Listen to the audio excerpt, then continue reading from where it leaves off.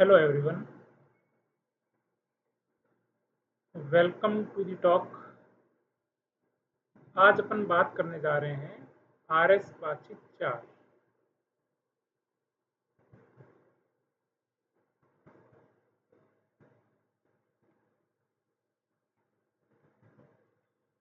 Last video में अपन modern history पढ़ी थी। इस बार पढ़ा है पबेड, लोक प्रशासन।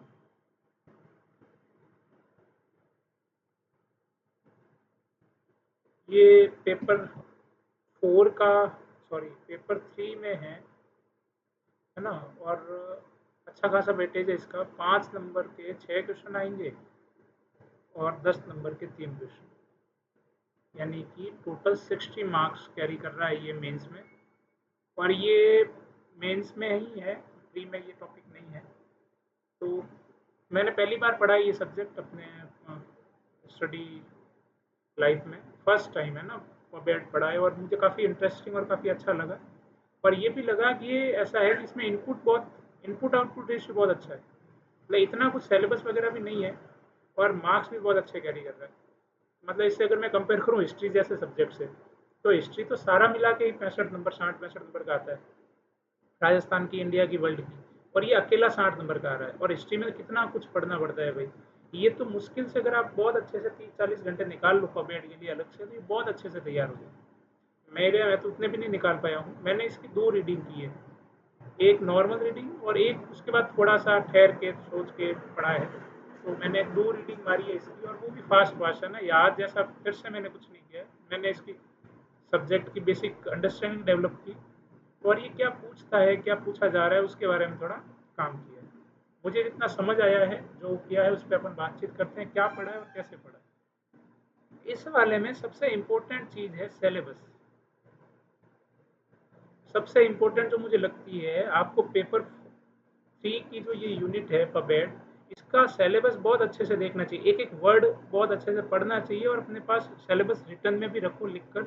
और उसमें एक एक वर्ड के बारे में आप पता करो कि किस वर्ड का क्या मतलब होता है।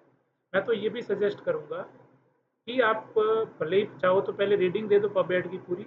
बाकी जो जो वर्ड इसमें आ रहे हैं, जैसे कि पूरा क्या है, टॉप पूरी चैप्टर इस यूनिट का ही नाम है लोक प्रशासन एवं प्रबंधन प्रबंधन की अवधारणाएं, मुद्दे एवं गत्यात्मकता। ये चीज है इसमें। फिर सब पार्ट से पहला है लोक प्रशासन। अब लोक प्रशासन इसमें क्या है, विचारधारा एवं सिद्धांत। ये आपका पहला टॉपिक है सिलेबस में।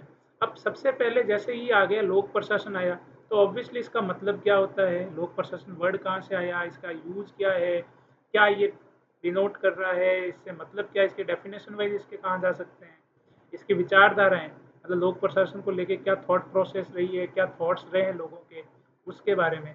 सिद्धांत, कुछ किसी भी सब्जेक्ट के, किसी भी व्यवस्था के कुछ पर्टिकुलर प्रिंसिपल्स होते हैं, तो वैसे ही लोक प्रशासन के भी वो पर्टिकुलर प्रिंसिपल कौन कौन से हैं उसके बारे में।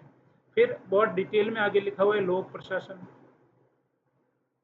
उसके अंदर लिखा हुआ है अर्थ। अब देखो ये अपने आप नहीं है ना, आप लोग कहते हैं कहाँ से पढ़े हैं, कौन से आपका सोर्स क्या रहता है पढ़ने का। मैं तो कहता हूँ सिलेबस बहुत अच्छे से पढ़ो। इसमें लिखा हुआ है अर्थ, लिखा हुआ है प्रकृति क्षेत्र, इसमें लिखा हुआ है प्रकृति क्षेत्र एवं महत्व, लिखा हुआ है विकास, लोक प्रशासन एक अनुशासन के रूप में, लोक प्रशासन एक अनुशासन के रूप में, है ना। ये जो भी टॉपिक लिखे हुए, विकासशील एवं विकसित देशों में इसकी भूमिका। अब विकासशील एवं विकसित देशों में इसकी भूमिका, फिर लिखा हुआ है नवलोक प्रशासन, फिर लिखा हुआ है नवलोक प्रबंधन, है ना। प्रबंधन मतलब मैनेजमेंट। अब ये तो एडमिनिस्ट्रेशन था, ये मैनेजमेंट था, ठीक है। फिर सुशासन लिखा हुआ है। एक टॉपिक है नवलोक सेवा। अब ये सारा सिलेबस में अलग से ये सारे नाम मेंशन है। तो अपने को क्या करना है, आप रीडिंग लगाना चाहो तो पहले रीडिंग लगा लो, या फिर इन सबको सिंपल गूगल सर्च मारो इन सब नामों के। यहाँ भी चैट जीपीटी है इस वाले पूरे में। ये जो पबमेड टॉपिक है, मैंने एक चीज़ नोटिस की है, इसमें आप एआई का बहुत अच्छा यूज़ कर सकते हो, यानी कि चैट जीपीटी। एआई में भी चैट जीपीटी, सिंपल इसको लो, सारे वर्ड डालो कि आप उसको बताओ कि आरएस का एग्ज़ाम का नेचर क्या है, 5 नंबर के सवाल आते हैं जिसमें अपने को 25-30 शब्दों में उत्तर करना होता है, और 10 नंबर का क्वेश्चन आता है जिसमें अपने को 150 सॉरी ये 30 नहीं, 50 शब्दों में उत्तर करना होता है, और इसको 150 वर्ड्स में आंसर देना होता है। आप उसको अपना पैटर्न समझा दो पूरा, चैट जीपीटी को बताओ कि ये सिलेबस है, ये रिटन एग्जाम होता है, और फिर इसमें से ये टॉपिक डालो कि मुझे इनका सबका अर्थ बताओ। लिखा हुआ है मेरे सिलेबस में, एक टॉपिक लिखा हुआ है लोक प्रशासन का अर्थ क्या है, तो वो आराम से एक बहुत अच्छी डेफिनेशन बना के दे देगा आपको अर्थ की।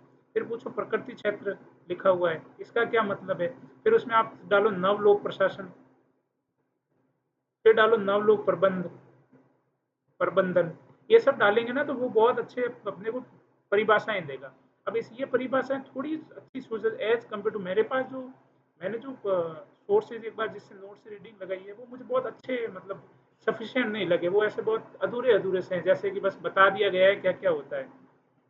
मेंस वाली परिपक्वता उन नोट्स में नहीं दिखी मुझे, लेकिन मैंने फिर इसके लिए चैट जीपीटी का यूज़ किया, इसके लिए अलग अलग मैंने डेफिनेशंस देखी क्या किया जा सकता है, वहाँ से सवाल जो भी मेंस में जैसे कि दो चीज़ें देखी मैंने अभी 24 और में जो सवाल आ रखे हैं आर एस मेन 24 में और पिछले 2 सालों के, उसके मैंने सवाल सीधे चैट जीपीटी पे डाले कि इसका उत्तर दो 50 शब्दों में, इसका उत्तर दो 150 शब्दों में।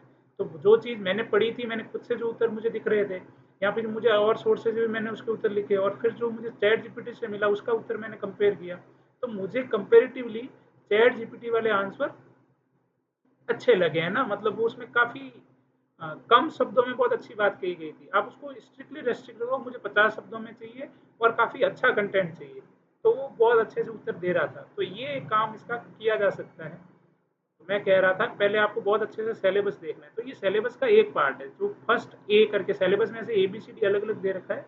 ए में आपको ये पूरा दे रखा है ना, जिसमें लोक प्रशासन विचारधारा एवं सिद्धांत ये टॉपिक है, उसके अंदर ये सब टॉपिक है, अर्थ प्रकृति क्षेत्र महत्व लोक, है ना। तो लोक प्रशासन विचारधारा सिद्धांत में ये ए वाला टॉपिक, इसका ये सब टॉपिक हो गया।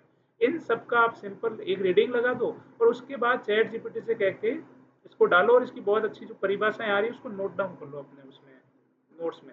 मैंने अभी नोट डाउन जैसा कुछ नहीं किया, मैंने तो रीडिंग लगाई है, नोट डाउन में थोड़ा समय मिलेगा उसके बाद करूँगा। एक बार सारा जो मेरा टास्क है रीडिंग का वो कंप्लीट करूँ, उसके बाद ये चीज़ करूँगा। ठीक है, तो ए में ये लिखा हुआ है बेटा, और बी में क्या लिखा हुआ है, फिर बी में है, मतलब एक तो ये हो गया, बी विचार सिलेबस का बी पार्ट में विचारधारा एवं उपागम, यहाँ से भी काफ़ी सवाल पूछे गए। अब यहाँ बच्चों को तकलीफ भी होती है, ज़्यादातर स्टूडेंट यहाँ समस्या में होते हैं कि बहुत सारी विचारधारा उपागम हो जाते हैं। इसमें लिखा हुआ है वैचारिक प्रबंध, ये सिलेबस का पार्ट है। मानव संबंध, व्यवहारवादी, संरचनात्मक, प्रकार्यात्मक, पारिस्थितिक उपागम,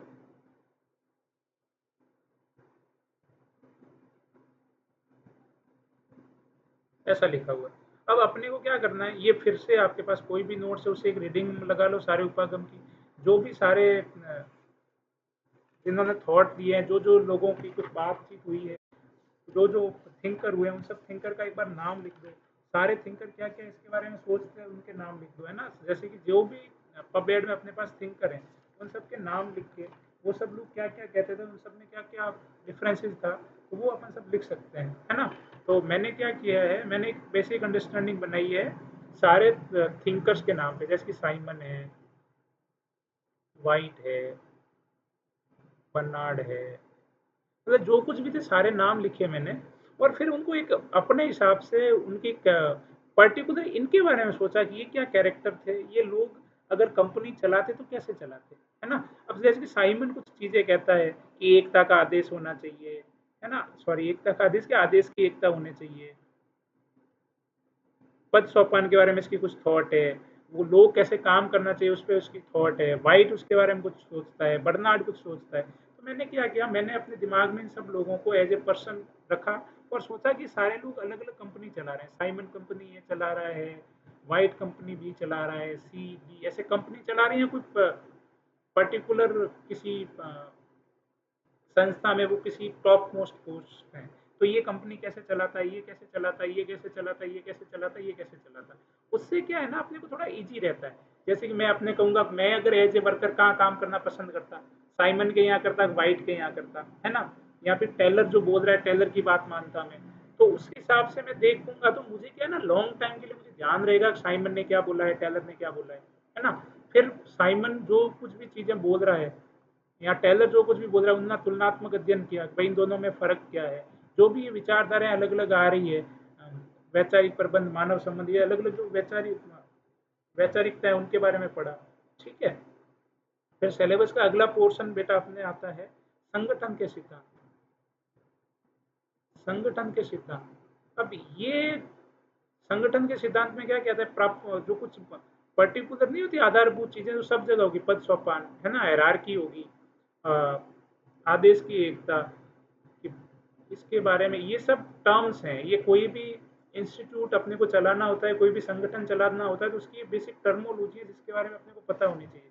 किसी भी इंस्टीट्यूट में हायरार्की तो होगी ही होगी, आदेश की एकता, कहीं न कहीं से तो ऑर्डर आ रहे होंगे, उसके ऑर्डर को कैसे मानना है, कैसे चलता है, उसके बारे में है।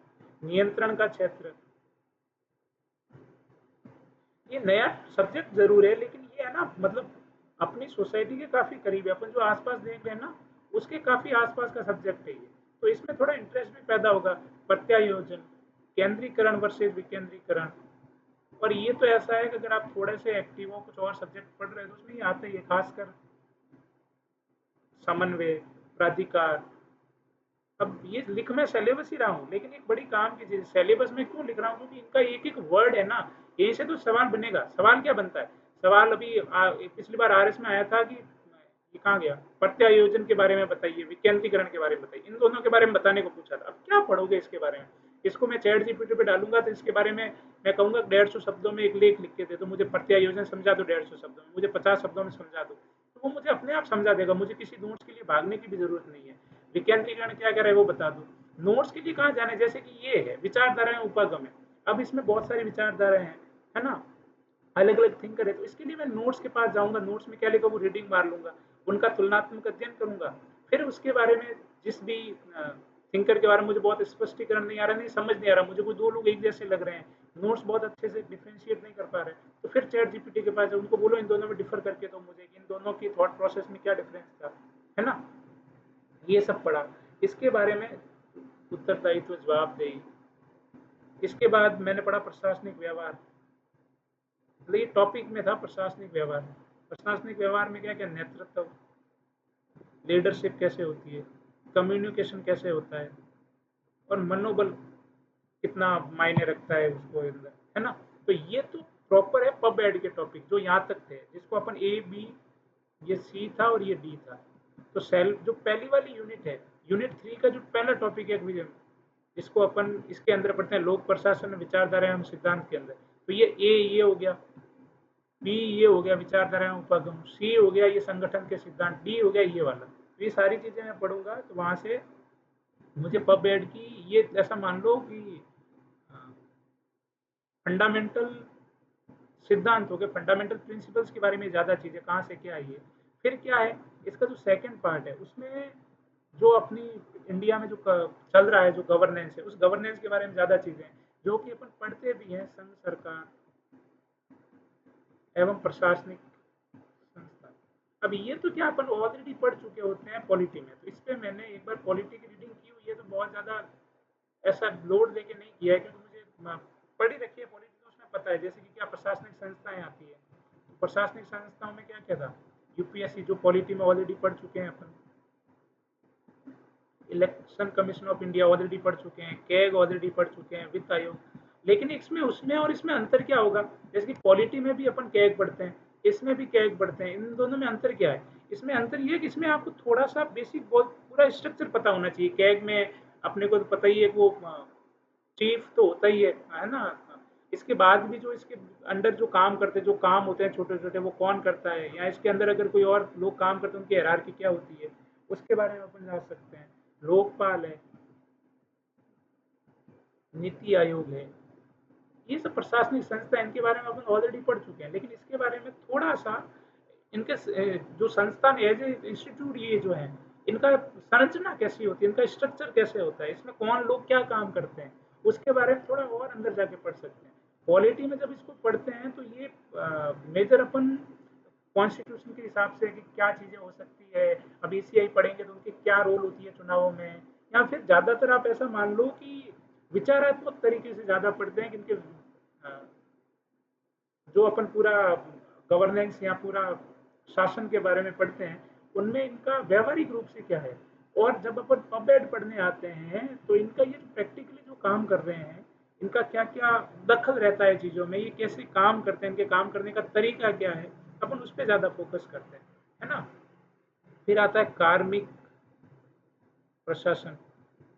अब कार्मिक प्रशासन में क्या आ गया, जैसे नाम से ही पता है कि जो भी लोग नौकर हैं, नौकरी में कैसे सेलेक्ट होते हैं, भर्ती प्रोसेस क्या रहती है, प्रशिक्षण कैसे, प्रशिक्षण के बारे में कैसी होती है, कैसी होनी चाहिए, प्रमोशंस वगैरह के बारे में अपन के पास क्या पता है, सिविल सेवाओं में तटस्थता, है ना, आचरण संहिता, ये सब वो टॉपिक है जिसके बारे में आपको थोड़ा थ्योरेटिकली चीजें पता होनी चाहिए, कुछ फैक्ट वगैरह हो तो वो पता होना चाहिए, बाकी तो अपनी अंडरस्टैंडिंग है।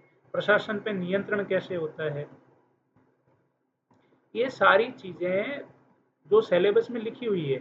मैं फिर से कह रहा हूँ, फिर लास्ट में एक टॉपिक है तुलनात्मक लोक प्रशासन, है ना, कि सारा जो अलग अलग देशों में जो लोक प्रशासन है उसका तुलनात्मक अध्ययन कीजिए। फिर लास्ट में टॉपिक आता है जिला,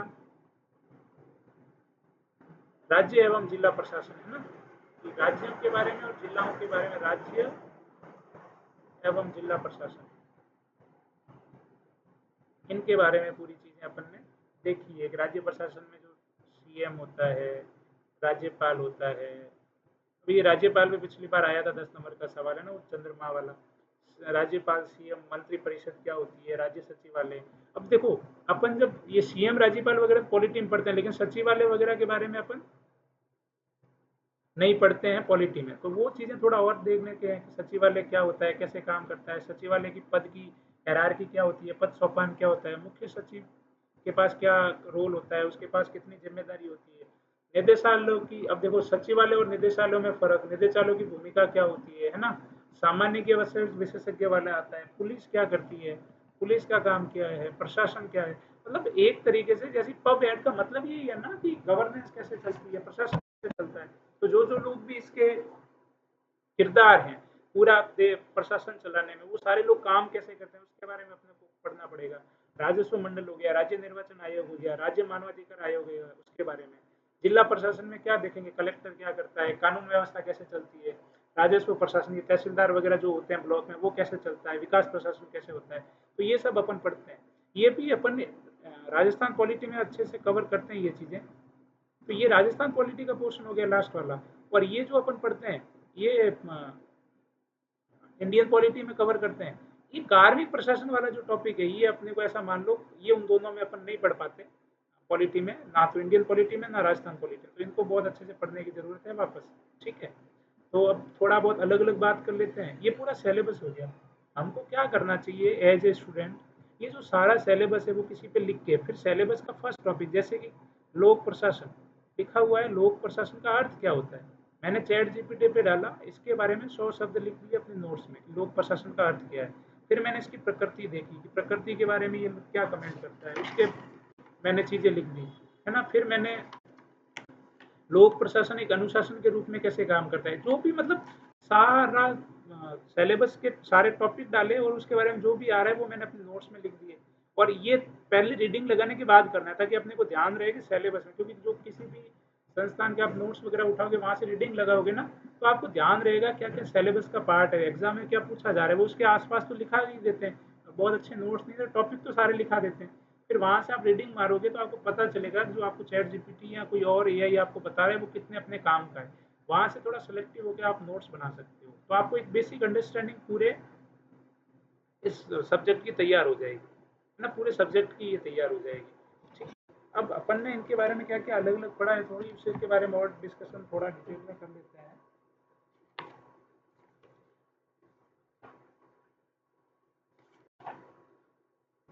सबसे पहले तो पबमेड जब शुरू किया, ये सिलेबस वगैरह के बारे में अपन बात कर चुके हैं। फिर अब पबमेड की क्या है, रोल क्या है? जब भी आप गवर्नमेंट को पढ़ोगे, सरकार के बारे में कुछ पढ़ोगे, तो वहाँ पर प्रशासन आएगा। प्रशासन, लोक प्रशासन कहाँ रोल में आता है? अपने को पता है कि इसकी 3 अलग-अलग काम होते हैं, विधानमंडल होता है, कार्यपालिका होती है और न्यायपालिका होती है ना? और न्यायपालिका और कार्यपालिका। कार्यपालिका में भी अपन जब जाते हैं तो स्थायी और अस्थायी कार्यपालिका होती है ना? अस्थायी में क्या होता है, जो चेंज होते थे, राष्ट्रपति हो गए, पीएम हो गए, मंत्रिमंडल हो गए, है ना? और स्थायी में क्या आएगा? स्थायी में जो लोग आते हैं, है ना, वो अपने लोक सेवक, जो भी सिविल सर्विसेज के थ्रू जाते हैं या अलग अलग एग्जाम के थ्रू जो लोक सेवक बनते हैं, है ना, पब्लिक सर्वेंट जिसको अपन बोलते हैं, तो वो अपना पूरा लोक प्रशासन का होंगे, है ना? तो ये लोक प्रशासन, ये क्या है? ये लोक प्रशासन एक व्यवस्था के रूप में अगर अपने को पढ़ना है, तो अपन यहाँ से पढ़ेंगे कि जो भी एक एग्जीक्यूटिव प्रणाली अपने पास है, या ये कार्यपालिका जो है, कार्यपालिका में जो स्थायी कार्यपालिका है, उसमें जो ये पब्लिक सर्वेंट होते हैं, वही लोक प्रशासन को, लोक प्रशासन है ना, उसी को तो पढ़ना है। अगर लोक प्रशासन दो चीजों में पढ़ते हैं, एक तो लोक प्रशासन सब्जेक्ट है, उससे अपने को बहुत ज्यादा काम लेना देना है नहीं। एक तो व्यवस्था है और एक विषय है। तो लोक प्रशासन एक विषय के रूप में तो बहुत ज़्यादा नहीं है, कुछ थिंकर वगैरह उनको पढ़ना है, और शुरू में अपन ये देख सकते हैं कि अलग से विषय कब बना, इसको पॉलिटी से अलग कब किया गया, ये विषय एक विज्ञान का है, विज्ञान में पढ़ना है, कला में पढ़ना है, वो सब डिस्कशन आप एक बेसिक रीडिंग लगाओगे तो आपको पता चल जाएगा। मेजर काम व्यवस्था का है, और व्यवस्था के बारे में फिर इन सब्जेक्ट एक्सपर्ट्स ने कुछ कमेंट किए हैं कि ये कैसे होने चाहिए, इन्होंने अलग अलग विचारधाराएं दी है, उनके बारे में अपने को पढ़ना है। ठीक है, फिर यहाँ पर अलग अलग चीजें पड़ी है कि ये क्या क्या हो सकता है ना? पद सोपान वाला प्रोसेस अपन पहले ही बता चुके हैं, हायरार्की क्या होती है। और पबमेड, जो लोक प्रशासन, लोक सेवकों की जो भूमिका है, वो जन्म से मरण तक होती है, पैदा होने से मरने तक। अपने हर क्षेत्र में कहीं न कहीं किसी न किसी पब्लिक सर्वेंट की कोई न कोई भूमिका होती ही होती है, वो कुछ न कुछ काम उनका होता ही है। अपन प्रशासन वर्सेस लोक प्रशासन का एक बेसिक तुलनात्मक अध्ययन कर सकते हैं कि प्रशासन वर्सेस लोक प्रशासन में क्या अंतर है ना? ये किया जा सकता है। अब फिर अपन जब लोक प्रशासन पढ़ते हैं, तो इसमें अलग अलग दृष्टिकोण होते हैं, जिसको प्रबंधकीय दृष्टिकोण या फिर एकीकृत दृष्टिकोण। अब देखो यहाँ से है ना, फिर वो चीजें शुरू हो जाती है, कौन सा थिंकर किसको करता है। जैसे मैंने अभी नाम लिया था साइमन, तो वो साइमन क्या है ना, वो प्रबंधीय दृष्टिकोण का समर्थक है। अब प्रबंधीय दृष्टिकोण क्या कहता है, उसके बारे में साइमन हो गए, स्मिथ हो गए, वो प्रबंधीय दृष्टिकोण का है। एकीकृत वाला क्या कहता है, वो विलोपी है, कुछ नाम है, वो एकीकृत दृष्टिकोण का समर्थक है। प्रबंधकीय दृष्टिकोण क्या है, वो इसमें यही होती है कि आदेश की एकता होती है, प्रॉपर हायरार्की होनी चाहिए, ऊपर वाले जैसे बोले उसकी चलनी चाहिए, है ना, उत्पादन पे ज़्यादा ध्यान होना चाहिए, उस तरीके से, मतलब मैनेजमेंट वाला काम है ये पूरा, कि मैनेजमेंट की तरह चलना चाहिए। इसमें जो नीचे हायरार्की में उन लोगों के खास डिसीजन मेकिंग में इंटरफेयर नहीं होता, जबकि एकीकृत दृष्टिकोण में उनका इंटरफेयर होता है। जो भी छोटे कामगार होते हैं, या जो जो जैसे नीचे आते हैं हायरार्की में अपन, उन लोगों का भी रोल होता है, तो वो अपन पढ़ सकते हैं। फिर एक बीच में टॉपिक आता है लोक प्रशासन का विकास, जो मुझे बहुत इतना इम्पोर्टेंट नहीं लगा। विकास का मतलब है पहले क्या था, जैसे कि मेरे हिसाब से एक डेट है 8087 से पहले ही इसको क्या पढ़ते थे, अलग अलग टुकड़ों में बांट रखा है। 8087 के बाद इसके बारे में क्या पढ़ने लगे, 1926 से। इससे पहले तो इसका कुछ खास वजूद था नहीं, इसके बाद इसके बारे में बात की गई, इसको एक अलग सब्जेक्ट के रूप में लोगों ने पढ़ा किया कुछ, है ना? फिर 90, इसमें एक काम का जो फेज है 1927 से 1937, इसमें है ना कुछ सिद्धांत निकले प्रॉपर, जो बेसिक किसी सब्जेक्ट के फंडामेंटल जो प्रिंसिपल्स होते हैं उनके बारे में बात हुई। सिद्धांतों का श्रवण काल कहा जाता है इसको। तो इसके में कुछ थिंकर हैं, ख्याल है, मुनेर वेले है ना, एमपी फॉलेट है, इन लोगों ने फिर से कुछ बातें की, विलोपी है, मूलिक और उर्विक है ना, इनके इन लोगों ने कुछ बातें की। अब यहाँ से ये जो सिद्धांत दिए ना, इन सिद्धांत से फिर कुछ नए आए, जैसे कि एक शास्त्रीय सिद्धांत, इसके यहीं से उपज है शास्त्रीय सिद्धांत की, तो वो बहुत इंपॉर्टेंट है, आपको पता होना चाहिए शास्त्रीय सिद्धांत क्या कहता है। आप इसको ऐसे समझ सकते हो कि कोई भी चीज़ डेवलप होती है, तो सबसे पहले उसके बारे में जो चीज़ आती है, जो उसकी अंडरस्टैंडिंग बनती है समाज में, वो जो लोग क्या सोच के बनाते हैं, तो उसी को ही लोक प्रशासन का शास्त्रीय सिद्धांत कहा गया है। मतलब पहली बार जब लोक प्रशासन आया, तो ये शास्त्रीय सिद्धांत उसके बारे में क्या कहता था? शास्त्रीय सिद्धांत के अनुसार एक जो इंस्टीट्यूट होना चाहिए वो कैसा होना चाहिए, उसके अंदर लोग जो काम कर रहे हैं उनकी थॉट प्रोसेस क्या होनी चाहिए, लोगों में मतलब जैसे कि पद सोपान हो गया, आदेश की एकता हुई, उनके बारे में क्या करना चाहिए, लोगों का जो अर्थ है, जो पैसे वगैरह का काम है वो कैसे होना चाहिए, इन सब के बारे में अपन अ, अब है वो शास्त्रीय सिद्धांत उसके बारे में क्या बोलता है। तो जैसे ही अपन ये जाएंगे, जैसे ही अपन इसके बारे में जाएंगे तो पूरा अपने पास मिलेगा। मतलब देखो, कुछ कुछ है, पद सोपान कैसा होना चाहिए, है ना, मोटिवेशन, अभिप्रेरणा, कार्मिकों की अभिप्रेरणा कैसी होनी चाहिए, आदेश की एकता का क्या के बारे में क्या थॉट है, ये कुछ पॉइंट्स हैं जो आप अलग अलग, जैसे ही अलग अलग अपन ये थॉट पढ़ेंगे अलग अलग लोगों के, अलग अलग थिंकर्स के, उसके बाद अपने को यही तो बताना है कि कौन क्या कहता है, कौन क्या नहीं कहता। जैसे कि एक मिनट है ना, मैं आपको कुछ और चीज़ें बता देता हूँ जो मैंने एक बार लिख के रखी थी कि ये इसके बारे में बात अपन की जा सकती है।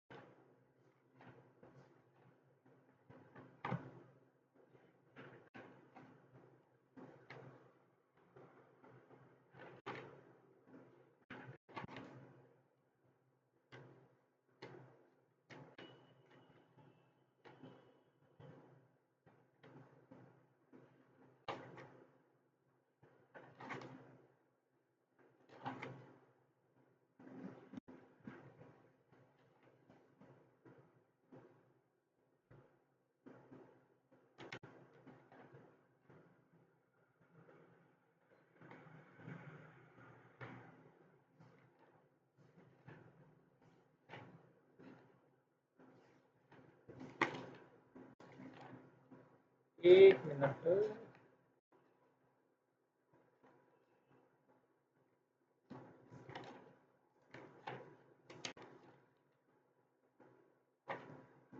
देखो, जब अपन ये सब भी सिद्धांत पढ़ने वाले हैं ना, बहुत से सिद्धांत आएंगे, शास्त्रीय सिद्धांत, फिर वैज्ञानिक सिद्धांत आएगा, है ना, इन दोनों के अंतर आएंगे। शास्त्रीय सिद्धांत में बहुत से शुरू शुरू के बहुत से अलग अलग सिद्धांत आएंगे ना। ये जो शास्त्रीय सिद्धांत वगैरह है, ये परंपरागत, दो चीजें अपन आगे जाके पढ़ेंगे, परंपरागत उपागम और आधुनिक उपागम। तो ये जो स्टार्टिंग में जो सिद्धांत प्रिंसिपल है, शास्त्रीय सिद्धांत वगैरह, ये परंपरागत की उपज है, ये परंपरागत की उपज है। अब इसके बारे में अपन पढ़ते हैं कैसे, इनको कैसे अलग अलग चलना है। एक तो कुछ पर्टिकुलर मानक हैं, कुछ पर्टिकुलर स्केल्स हैं जिसके ऊपर इनके अलग अलग कंपैरिजन होते हैं, तो वो स्केल्स अपन ध्यान रखेंगे ना। जैसे कि कोई भी प्रिंसिपल है, सिद्धांत है, वो किस चीज पर बल देता है ना, वो क्या कहता है, उनका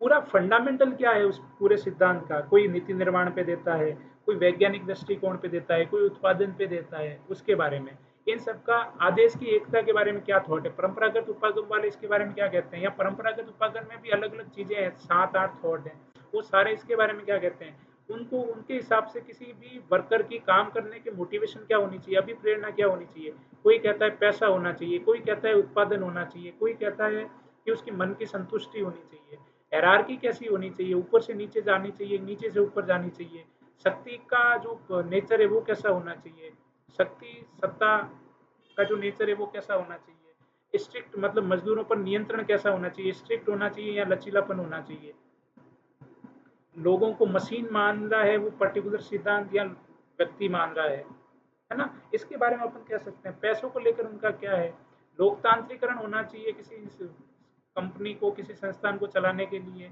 या फिर उसमें आप उसको कह सकते हो नियंत्रण थोड़ा ज्यादा होना चाहिए, जिसको निरंकुश प्रशासन शैली बोल सकते हैं अपन।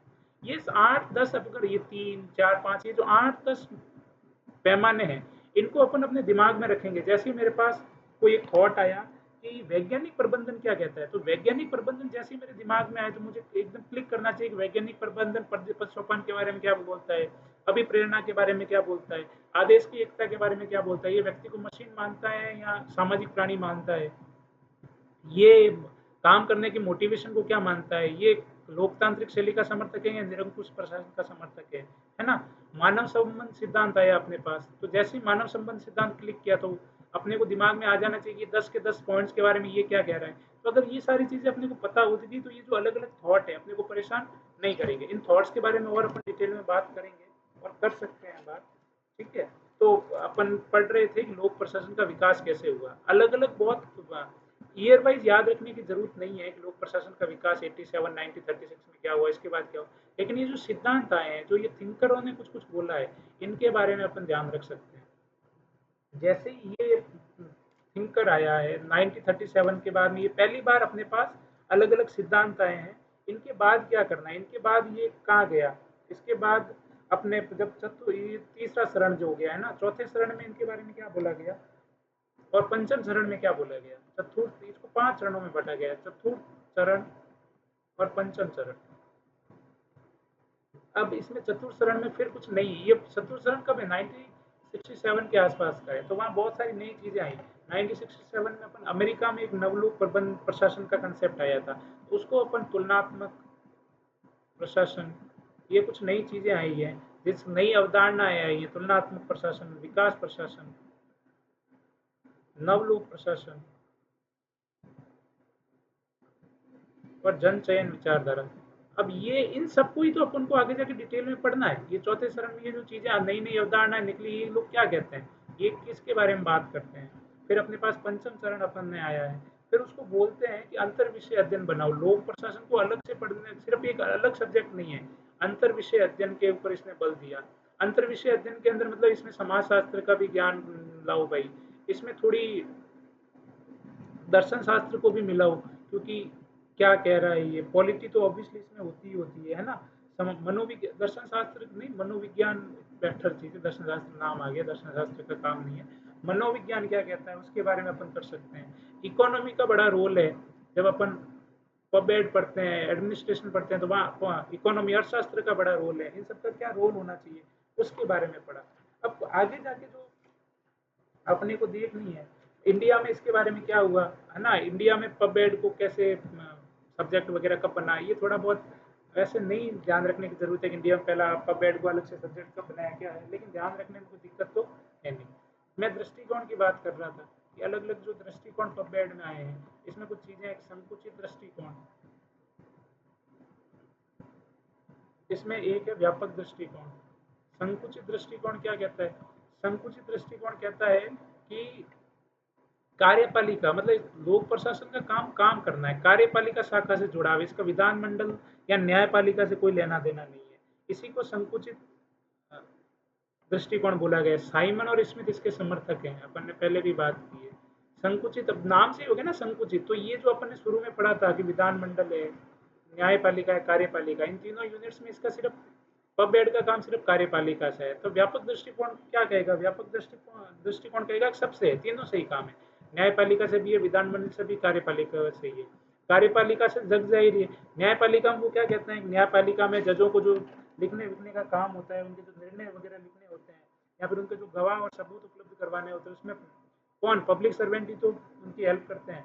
विधानमंडल क्या है, जो भी कोई कानून वगैरह बनते हैं, उनकी संरचनाएं जो बनानी होती है ना, उनको सूचनाएं जो देनी होती है। अब एक सवाल आया था शायद कि जो ये सवाल पूछे जाते हैं लोकसभा में वगैरह में, कोई एमपी या कोई सदस्य क्वेश्चन पूछता है, उसके जो आंसर होते हैं वो कौन तैयार करता है ना, वो सब चीजें। तो अब दृष्टिकोण में दो दृष्टिकोण तो ये हो गए कि संकुचित और व्यापक, एक दो, तो इसके बारे में याद करने की क्या जरूरत है, ये तो नाम से ही पता चल रहे हैं क्या कह रहे हैं। तीसरा आता है, ये आप ध्यान रख सकते हो, POSD CORD।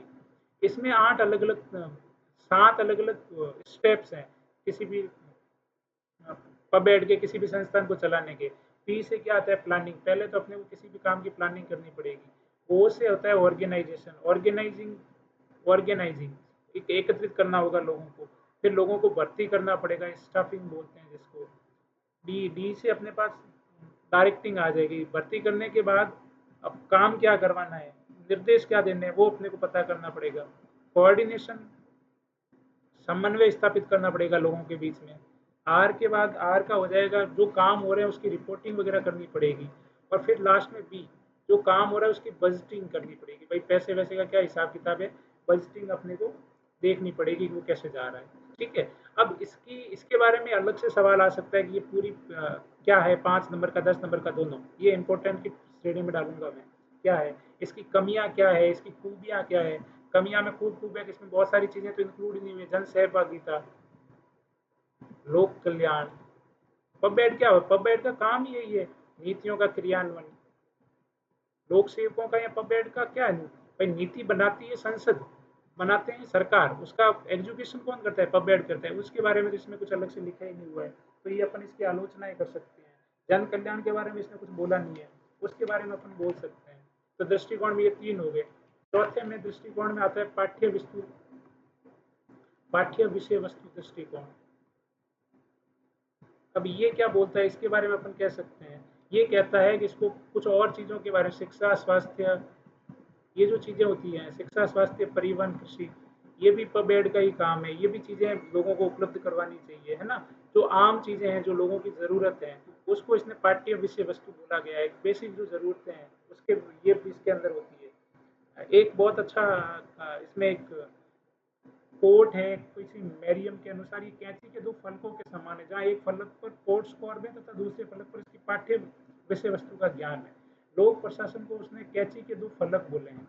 2 फलक में एक तो जो रोबोटिक टाइप जो थे, जो किताबी, PODS, CORB, उसके दूसरे फलक पे ये पाठ्य वस्तु के सब्जेक्ट्स हैं, जो ये टॉपिक्स हैं, इसके बारे में। तो ये कैंची के 2 फलक, इन दोनों में संतुलन बना रहना चाहिए, इसके माध्यम से इसको अचीव करना है, ऐसा मान सकते हैं अपन। फिर 5 आता है लोक निजी दृष्टिकोण।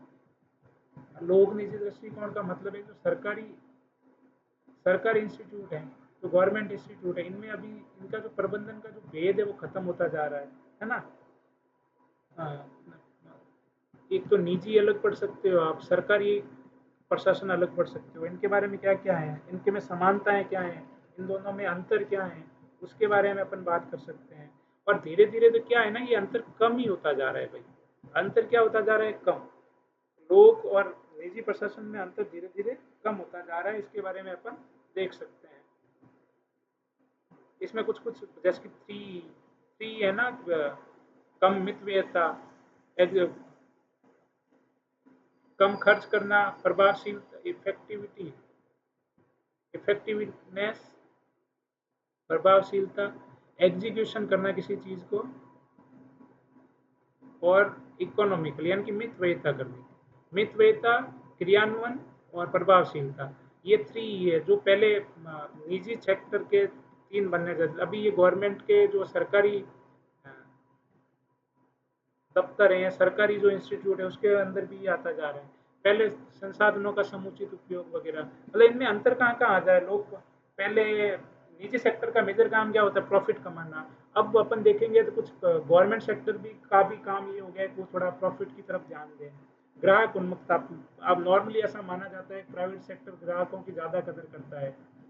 तो अब पब्लिक सेक्टर में भी ये चीज़ें होने लग गई है ना। अब प्राइवेट सेक्टर में मूल्यांकन, किसी भी काम की जांच बहुत अच्छे से होती है, मूल्यांकन होता है, वो सरकारी दफ्तरों में भी होने लग गया है ना। उसके बारे में कह सकते हैं। ये तो वो काम हो गए जो निजी काम थे और सरकारी वाले अपना रहे हैं। उल्टा भी तो हो रहा है, जन कल्याण के जो काम थे सरकार के, सरकारी ऑर्गेनाइजेशन के, वो निजी सेक्टर भी को भी अपनाने पड़ रहे हैं, भले मर्जी से या ना मर्जी से। जैसे कि अपन CSR पढ़ते हैं ना, कॉर्पोरेटिव गवर्नमेंट का कुछ कंसेप्ट आया है जन कल्याण में, वो निजी वाले नहीं करते कि उनको कुछ न कुछ पैसा, सामुदायिक उत्तरदायित्व करके जो अपन पढ़ते हैं, कोऑपरेटिव रेस्पॉन्सिबिलिटी, उसमें जाना पड़ेगा, है ना। तो ये 5 दृष्टिकोण, यहाँ से सवाल बन सकता है। छठा क्या है, छठा है लोक निजी था, ये लोक नीति है, लोक नीति दृष्टिकोण। तो ये 6 के 6 दृष्टिकोण पढ़े जा सकते हैं। ये लोग पब एड को देखने के 6 अलग अलग नजरिए हैं। एक बार वापस समराइज करते हैं क्या क्या था। पहला था संकुचित, साइमन और स्मिथ उसके समर्थक थे। दूसरा था व्यापक, ये कहता है सिर्फ कार्यपालिका ही लोक प्रशासन सिर्फ कार्यपालिका में होंगे, ये तीनों से जुड़ा बताता है। फिर अपन ने कोर्स स्कोर भी पढ़ा। फिर अपने पाठ्य विषय वस्तु वाला पढ़ा जिसमें शिक्षा, स्वास्थ्य वगैरह वो भी उसमें। फिर अपने लोक निजी का देखा है। फिर इसमें लास्ट वाला लोक नीति। तो ये 6 अलग अलग दृष्टिकोण है। इसके ऊपर एक सवाल आ सकता है, मेजरली यहाँ से सवाल बन सकता है, या लोक निजी वाला यहाँ से क्वेश्चन बन सकता है ना। इसके आगे जब अपन चलते हैं, लोक प्रशासन एक सब्जेक्ट है या फिर एक व्यवस्था है, सब्जेक्ट में भी इसको विज्ञान मानने के क्या तर्क हैं, इसको कला मानने के क्या तर्क हैं, वो पढ़ा जा सकता है। थोड़ा सा बोरिंग टाइप है, यहाँ से सवाल बन भी सकता है, तो एक रीडिंग मार लेना, बहुत ज़्यादा कुछ इसमें है नहीं, है ना। प्रबंधकीय और एकीकृत प्रणाली अपन ऑलरेडी पहले डिस्कस बता चुके हैं। लोक प्रशासन का महत्व क्या है, ये टॉपिक ऐसा है, इसके बारे में तथ्य कुछ नहीं है। अपने को पता है लोक प्रशासन कहाँ कहाँ उसकी इम्पोर्टेंस है, कहाँ कहाँ इसका रोल आता है, उसके बारे में अपन पढ़ सकते हैं। लोक प्रशासन के अलग अलग इम्पोर्टेंस क्या है, तो ये रीडिंग मारने से हो जाएगा। अब यहाँ से जो नव लोक प्रशासन है, भाई क्या होता है ना, हर चीज जैसे जैसे डेवलप होती है तो उसमें लिबरलिज्म का थोड़ा ज्यादा आ जाता है ना, उदारवादी हो जाते हैं थॉट। तो इसमें ही भी प्रशासन में भी उदारवादिता आई। नवलोक प्रशासन क्या बोलने लगा कि पहले तो इसका ये पढ़ लेना, नवलोक प्रशासन क्यों हुआ, क्या हुआ, कब से ये पिक्चर में आया, और इसके नए उदय होने के क्या कारण थे, वो सब फिर अपन देख सकते हैं कि कहता क्या है, ये क्या करता है। तो नवलोक प्रशासन के 4 उद्देश्य बताए गए हैं अलग अलग। 4 उद्देश्य क्या क्या है। एक तो ये उद्देश्य बोलता है कि इसकी प्रासंगिकता बनी रहनी चाहिए, ऐसा नहीं है तुम पुराने वाला ही ढो रहे हो, समाज के हिसाब से बदलो अपने आप को। उसके मूल्य होना चाहिए, मतलब वैल्यूज होनी चाहिए सिस्टम में, है ना, मूल्य उन्मुखी होना चाहिए। ऐसा नहीं है कि उनके बिना किसी प्रिंसिपल्स के बिना किसी मूल्यों के लोग सेवा काम कर रहे हैं। परिवर्तन और लास्ट में समता, ये 4 मेजर उद्देश्य है नवलोक प्रशासन के, ये सब अचीव करना। प्रासंगिकता, मूल्य, परिवर्तन और समता, है ना। फिर अपन इसकी विशेषताओं के बारे में, नवलोक प्रशासन की विशेषताओं के बारे में पढ़ते हैं। ये पहली बात तो द्विविभाजन का विरोध करता है। प्रशासन का द्विविभाजन का विरोध करता है, वो एक रूपता होनी चाहिए। विकेंद्रीकरण होना चाहिए, केंद्रीकरण का विरोध करता है। अब ये क्या है ना, तुम आप ऐसे सोचो यार, नया कुछ बन रहा है, उदारवादी है, नया थॉट है, नई दुनिया का थॉट है, वेस्टर्न से आया है, तो क्या कहेगा, ज्यादा से ज्यादा लिबरलिज्म के ऊपर करेगा ना। जो भी आप ये समझ सकते हो, जो एकीकृतता थी या जो ऊपर से तानाशाही टाइप चल रहा था, जो निरंकुशवादी शासन चल रहा था, उसको वो लोकतांत्रिकरण कर रहा है उसका, है ना। किसी की ऊपर वाले की ज्यादा नहीं चलनी चाहिए, पद चौपान बहुत स्ट्रिक्ट नहीं होने चाहिए, पद चौपान में लचीलापन होना चाहिए, लचीलापन की बात कर रहा है। नियम कानून बहुत ज्यादा स्ट्रिक्ट नहीं होने चाहिए, मजदूरों का, कार्मिकों का थोड़ा ध्यान रखना चाहिए, जन भागीदारी का समर्थक होगा वो। मतलब कुल मिला के ये आप ऐसे समझो कि एक मॉडर्न थॉट है, जो लोगों के जो डेमोक्रेसी में ज़्यादा भरोसा रखते हुए जो चीज़ें बन सकती है, उसका है। इसके 4 लक्ष्य अपन पढ़ चुके हैं। ये लक्ष्य तो ये है, और इनको प्राप्त करने के माध्यम क्या है। माध्यम में इसने 4 डी बताए हैं। 4 डी में क्या क्या है। एक डी में है डिसेंट्रलाइजेशन, जिसको अपन विकेंद्रीकरण से पढ़ते हैं, डिसेंट्रलाइजेशन। एक है डी ब्यूरोक्रेटाइजेशन,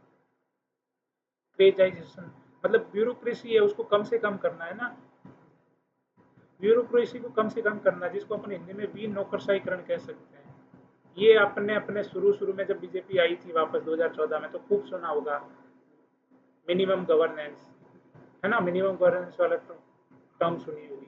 फिर डेमोक्रेटाइजेशन है, लोकतांत्रिकरण करना किसी भी संस्थान का। और चौथे में अपना आता है डेलीगेशन, जिसको अपन प्रत्यायोजन कहते हैं। प्रत्यायोजन, जिसको अपन डेलीगेशन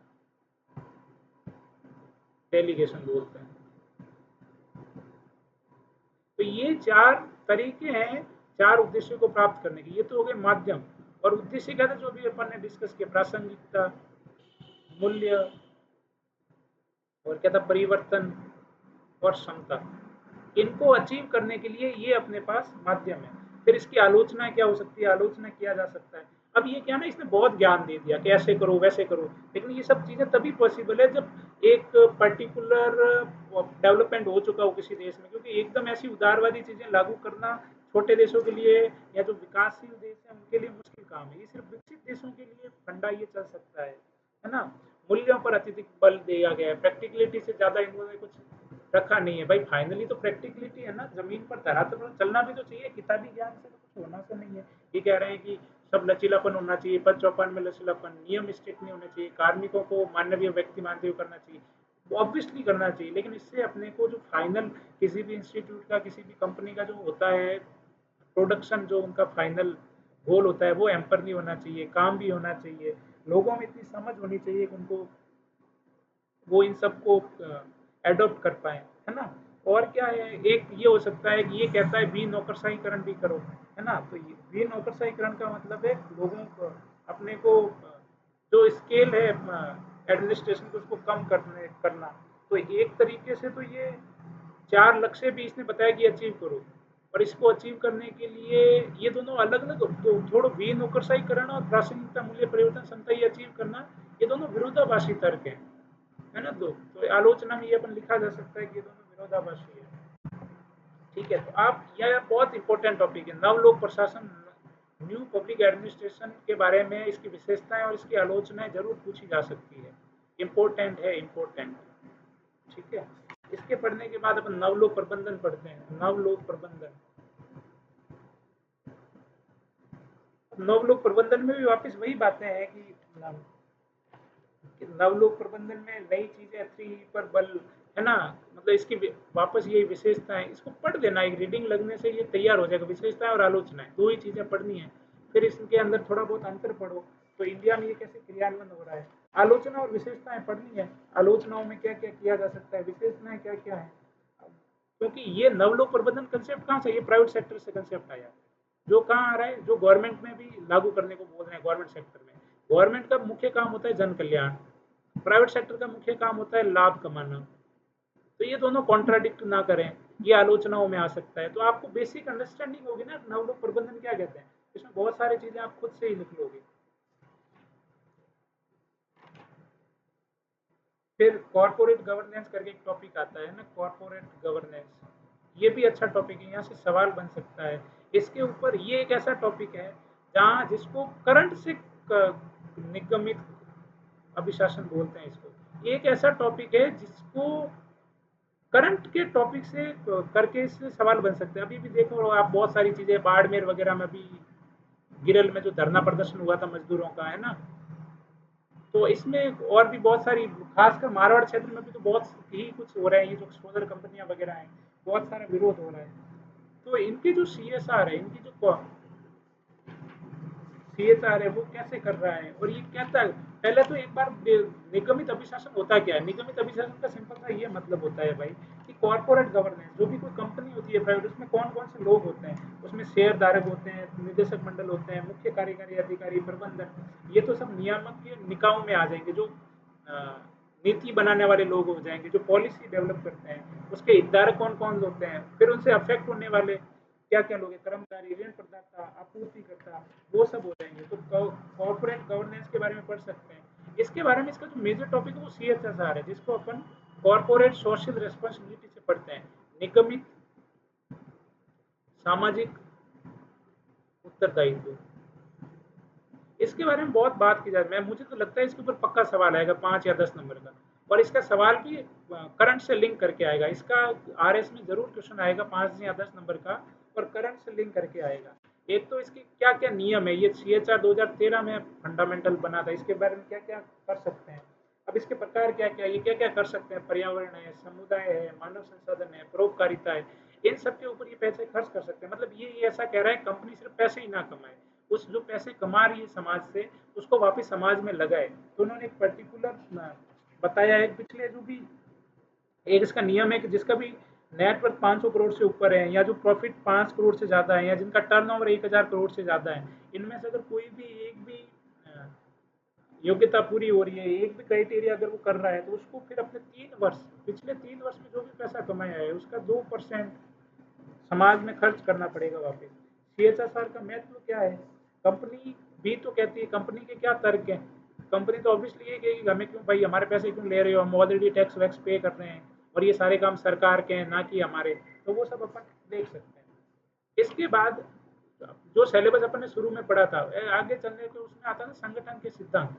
तो संगठन के सिद्धांत की प्योर थ्योरी है, क्या कहती है कि पद चौपान की परिभाषा क्या है, इसमें क्या चीजें आती है, आदेश की एकता क्या है, ये सब रीडिंग क्या है, एक बार रीडिंग करेंगे तो अपने को तैयार हो जाएगा। पद चौपान की विशेषता क्या है, पद चौपान के प्रकार क्या है, इसमें कमियां क्या है, इसके सुझाव, इसको बेटर कैसे किया जा सकता है। आदेश की एकता के बारे में भी सेम की सेम चीज है, कि आदेश की एकता होनी चाहिए कि नहीं होनी चाहिए, ये कहाँ का चल सकता है, कहाँ का नहीं चल सकता। फिर अपन नियंत्रण का क्षेत्र पढ़ते हैं। नियंत्रण का क्षेत्र किसी भी ऊपर जो हायरार्की में ऊपर लोग बैठा है उसका नियंत्रण कितना होना चाहिए, कहाँ है, कौन कौन से नियंत्रण के क्षेत्र को प्रभावित करते हैं, जगह हो गई, कार्य का प्रकृति हो गई, एक्सपीरियंस, एज वगैरह, जो नियंत्रण करने वाला है उसकी एज क्या है, उसका एक्सपीरियंस कितना है, उसको आधुनिक टेक्नोलॉजी का कितना ध्यान है, उसके पास डेलीगेशन की सुविधा है कि नहीं है, हायरार्की का स्तर क्या है, पर्टिकुलर वो आदमी एज ए पर्सन कैसा है। इसी में अपन जब नियंत्रण के क्षेत्र में जाते हैं ना तो एक टॉपिक अलग से आता है, ग्रेक्यूनास, एक थिंकर है, इसका क्या योगदान है ये अलग से पढ़ सकते हो। इसमें ना पूरे पब एड में एक ही जगह मैथ्स इन्वॉल्व होती है। जैसे ये फॉर्मूला भी देता है टोटल संबंधों का, तो ये संबंधों के फॉर्मूले में 3 तरीके के संबंध देता है, डायरेक्ट रिलेशन, प्रत्यक्ष संबंध। प्रत्यक्ष संबंध तो जो जैसे कि मेरे अंडर 4 लोग काम करें, 1 2 3 4, ये मैं इनका मैनेजर हूँ, तो प्रत्यक्ष रिलेशन तो सबसे मेरा जो रिलेशन बना 4 बने, यानी कि प्रत्यक्ष संबंध अगर एन कार्मिक मेरे आगे काम कर रहे हैं तो एन होंगे, है ना। फिर वो प्रत्यक्ष के बाद होता है प्रत्यक्ष समूह संबंध। प्रत्यक्ष समूह संबंध वो क्या कह रहा है कि इन दोनों का रिलेशन है ना, इन दोनों का रिलेशन और इनसे मेरा है। फिर 1 और 3 का इनसे मेरा है, 1 और 4 का उनसे मेरा रिलेशन है, फिर 2 और 3 आपस में संबंधित है, इनसे मैं संबंधित हूँ, 3 और 4 आपस में संबंधित है, इनसे मैं संबंधित हूँ। तो प्रत्यक्ष समूह संबंध ये भी फॉर्मूले से निकालते तो n-1 आता है। फिर आड़े तिरछे संबंध आते हैं, आड़े तिरछे संबंध उसको टोटल वो होते हैं n इंटू टू की पावर n-1 -1। तो ये तीनों अलग अलग प्रकार के संबंध है, इन तीनों को जोड़ेंगे तो कुल संबंध का फॉर्मूला बनता है। कुल संबंध का फॉर्मूला क्या बचेगा, इन तीनों को जोड़ दो, n देखो इन जोड़ने पर n कॉमन आ जाएगा, m n कॉमन आया, अंदर क्या बचेगा 2 की पावर n-1, प्लस में ये n बचेगा, यहाँ पर प्लस में 1 बचेगा, ये -1 कट गया, एक -1 रह जाएगा। तो ये अपने पास कुल संबंध हो जाएंगे, है ना, 2 की power n-1 plus n-1 n times. इसका एक सवाल पिछले साल या उससे पिछले साल आया हुआ है 5 नंबर 10 नंबर का, है ना, तो ये अपन पढ़ सकते हैं। फिर डेलीगेशन होता है, प्रत्यायोजन के बारे में क्या है, विकेंद्रीकरण क्या है, इनके बारे में डिटेल में पढ़ सकते हैं। इसके बाद अपन जब आगे बढ़ते हैं, समय थोड़ा ज़्यादा हो रहा है, चीज़ें बहुत मतलब डिस्कस करने को बहुत कुछ है, और वीडियो की लेंथ भी थोड़ी ज़्यादा हो रही है, ऑलरेडी 51 मिनट्स हो सकते हैं, 5-10 मिनट और बात करते हैं। फिर कार्यपालिका प्रशासन पर, एडमिनिस्ट्रेशन पर कार्यपालिका का निर्णय पर कार्यपालिका का नियंत्रण कितना होता है। नेता लोग कलेक्टर लोगों को परेशान करते हैं ना, उसी के बारे में भाई, तो जाएगा कहाँ, सब जो सब पब्लिक सर्वेंट होता है वो किसके अंदर होता है, वो फाइनली तो ऊपर वालों के अंदर जो नियम बना रहे हैं वहाँ से होता है, करने के वित्त विभाग वगैरह जो अध्यादेश ला के जो इनको कर देते हैं, विधायी नियंत्रण, ये सब पॉलिटी से तैयार हो जाता है, इसके बारे में आप पढ़ सकते हैं। इनके ऊपर न्यायिक नियंत्रण होता है, न्यायिक नियंत्रण में भी वो 6 अपन जब पढ़ते हैं रिट अलग अलग, है ना, आर्टिकल 32 में जब अपन वैधानिक उसमें वो 6 चीजें पढ़ते हैं ना, बंदी प्रत्यक्षीकरण उत्प्रेरण, वो सब न्यायिक नियंत्रण के अंदर आ जाएगा, अधिकार प्रथा प्रमादेश प्रतिषेध वगैरह पढ़ते हैं, तो वो सारी चीजें अपन देख सकते हैं। न्यायिक सिद्धांत की कमियां क्या है, ये टॉपिक न्यायिक नियंत्रण की कमियां, इसके ऊपर सवाल आया हुआ है या ऐसा कुछ है, इसके ऊपर आ भी सकता है, न्यायिक नियंत्रण की कमियां क्या है भाई। मुझे तो है ना पर्सनल खुन्नस है पूरे जुडिशरी सिस्टम से, तो जहाँ पर भी ये न्यायपालिका का आता है मैं थोड़ा भावनाओं में बह जाता हूँ। न्यायिक नियंत्रण की बहुत सारी कमियां हैं, मैं 50 गिना सकता हूँ। उसमें से क्या है, न्यायाधीशों के बहुत सारे रिक्त पद हैं, बहुत लंबी प्रोसेस है, बहुत महंगी प्रोसेस है, वहाँ पर करप्शन बहुत है, पहुँच नहीं सकते, और वो लोग सो जाते हैं, छुट्टियाँ ले लेते हैं लंबी लंबी गर्मियों की, है ना, बहुत कुछ है जिसके बारे में कर सकते हैं, इसके ऊपर सवाल आ सकता है, आए तो उसके ऊपर अपन लिख सकते हैं। फिर इसके बाद जो टॉपिक आता है, जो अपन ने शुरू में डिस्कस किया था थोड़ा, लोक प्रशासन के अध्ययन के विभिन्न उपगम, मतलब अलग अलग जो थिंकर ने बोला है ना उनके बारे में क्या क्या बोला है वो अपन देख सकते हैं। इसके में परंपरागत और आधुनिक, ये अपन दो अलग अलग पढ़ते हैं। परंपरागत में भी बहुत सारे आते हैं, शास्त्रीय सिद्धांत आता है, वैज्ञानिक प्रबंधन आता है, ऐतिहासिक पद्धति आती है, जीवन संस्करण, कानूनी पद्धति, पाठ्य विषय वस्तु, राजनीतिक पद्धति। ये है ना, नाम बहुत है लेकिन मेजर क्या है, शास्त्रीय और वैज्ञानिक अच्छे से पढ़ लो, बाकी तो जैसा नाम कह रहा है वैसा ही है। ऐतिहासिक पद्धति क्या बोलती होगी कि जो भी पीछे अपने पास जो ग्रंथ है, जो उनका पढ़ के वो कैसे प्रशासन चलाते थे वहां से सीखा जा सकता है ना। जीवन संस्करण पद्धति क्या है, किसी लोगों ने ऑटोबायोग्राफियां लिखी है कि हमने कैसे प्रशासन चलाया, किसी और के बारे में लिखा है, वो देख सकते हैं। आधुनिक प्रबंधन में क्या आता है, मानव संबंध सिद्धांत, व्यवहारवादी सिद्धांत। अब ये तो अच्छे से पढ़ना, ये अलग से मेंशन है सिलेबस के अंदर, मानव संबंध और व्यवहार संबंधी, संरचनात्मक प्रक्रियात्मक उपागम, ये सब कुछ उसमें मेंशन है सिलेबस में, तो ये तो बहुत अच्छे से पढ़ के जाना है। अब अच्छे से पढ़ के जाने का क्या मतलब है, इनके सब मैंने जो शुरू में 10 अपन ने स्केल डिस्कस की थी, 8-10, उन सब स्केल के बारे में ही अलग अलग क्या सोचते हैं वो अपन देख लेंगे तो समझ आ जाएगा इनका क्या आलोचना है, क्या इनकी पढ़ सकते हैं। जैसे कि अपन परंपरागत शास्त्रीय सिद्धांत की करते हैं आलोचना, तो साइमन तो इनके पीछे खा पी के पड़ा था, साइमन ने इनको सिर्फ सिद्धांत मुहावरे या कागते बोला था पूरे ही शास्त्रीय सिद्धांत को, है ना। ये आर्थिक मनुष्य बताता है, ये कहता है शास्त्रीय सिद्धांत कहता है भाई लोगों को पैसा दोगे तो काम करेंगे, है ना, सत्ता के साथ उत्तरदायित्व को जोड़ता है। इसमें टेलर का योगदान, नव टेलरवाद, टेलर को अच्छे से पढ़ सकते हो। अब ये पूरा मुझे बहुत इंटरेस्टिंग लगा था, मैंने पढ़ा भी था, मुझे लगभग कुछ चीज़ें पता भी होगी है इसकी। आ, अभी डिस्कस सारा अलग करने में अलग से 1 घंटा लग जाएगा, थोड़ा थोड़ा देख लेते हैं। शास्त्रीय सिद्धांत और वैज्ञानिक सिद्धांत का अंतर क्या है। ये दोनों ही परंपरागत सिद्धांत के, लेकिन दोनों का अंतर क्या है अगर अपन बात करें, तो पहला वाला नीति निर्माण पे ज्यादा बल देता है, दूसरा वाले जैसे कि नाम है वैज्ञानिक, तो ये वैज्ञानिक दृष्टिकोण पे ज्यादा देगा। शास्त्रीय सिद्धांत आदेश की एकता का समर्थक है कि जो ऊपर से आए वही मानना चाहिए, वैज्ञानिक सिद्धांत है कि उसका विरोध है, वो कह रहे हैं नहीं भाई ऊपर से तानाशाही तरीके से नहीं चलना चाहिए, तानाशाही नहीं चलनी चाहिए, तानाशाही चलनी चाहिए, तो ये निरंकुशवादी हो गया ना, और ये लोकतांत्रिकरण हो गया, तो ये अपने आप अपने पास अंतर चलते जाएंगे।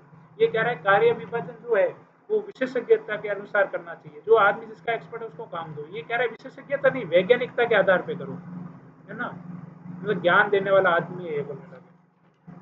फिर परंपरागत और वैज्ञानिक, परंपरागत ही पूरा, परंपरागत और वैज्ञानिक में अगर मुझे अंतर करना हो तो ये क्या है, इसमें पहले काम था ना भाई लोगों में और प्रशासन में और श्रमिकों में कम्युनिकेशन कम होगा, कोऑर्डिनेशन थोड़ा कम होगा, समन्वय की कमी होगी, अंगूठे के नियम का उपयोग, अंगूठे का नियम का मतलब आदेश की एकता चलनी चाहिए, ये मना कर रहा है, तो उस हिसाब से अपन सारे अंतर देख सकते हैं।